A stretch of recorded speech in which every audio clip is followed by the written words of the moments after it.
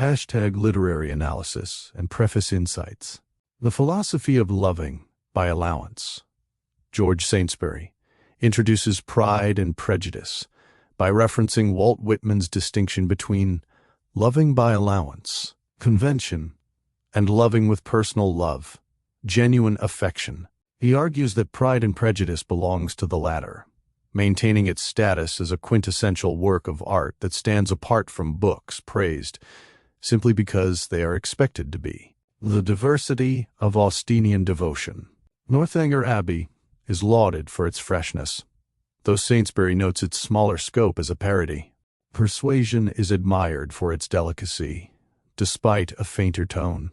Mansfield Park presents a polarizing case. While the heroine is often found insipid, its rehearsal scenes and the character of Mrs. Norris build a fierce following. Emma is characterized as the most varied and popular work, often preferred by the vulgar reader. Yet Saintsbury remains steadfast in his preference for Pride and Prejudice. The construction of a masterpiece. Saintsbury emphasizes the structural perfection of Pride and Prejudice.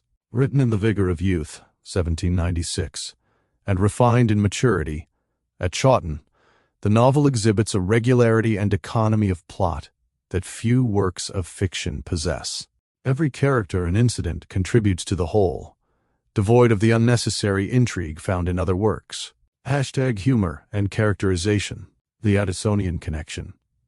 Saintsbury draws a distinct parallel between the humor of Jane Austen and Joseph Addison. Both share a demureness, a minuteness of touch, and a penchant for cutting up a fool.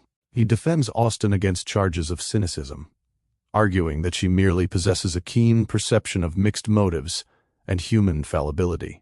The greatness of Mr. Collins. Mr. Collins is identified as one of the most brilliant character creations in literature. Saintsbury argues he is as real as any historical figure, embodying the Philistinism, formal pettiness, and groveling materialism of 18th century life. The effectiveness of Collins is heightened by his relationships with Mr. Bennet, who views him with Epicurean irony, and Lady Catherine de Bourgh, who serves as the perfect foil for his obsequious nature. The minor characters. Saintsbury highlights the skill with which Austen differentiates her characters. From the irreclaimable Mrs. Bennet to the drab but clever Charlotte Lucas and the morally rigid Mary Bennet, every minor figure is essential to the social tapestry of the novel. The hero and heroine. Mr. Darcy's complexity.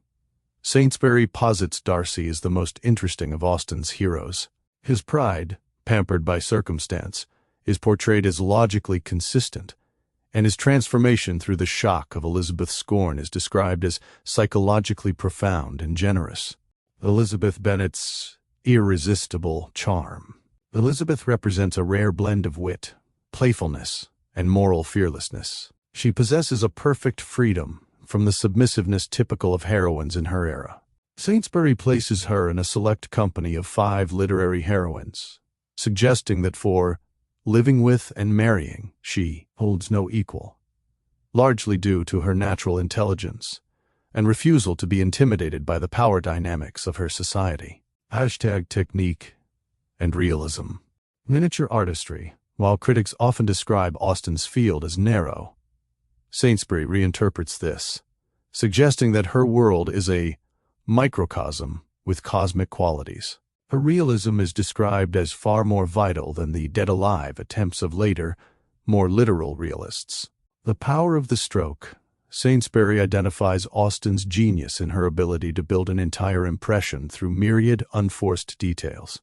Whether it is Mrs. Bennet stirring the fire, or Darcy bringing his own coffee cup, the precision of these minor actions serves to solidify the reality of the narrative.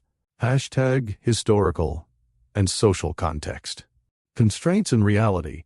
Austen is situated firmly within the late 18th and early 19th century context, where ladies faced strict social limitations.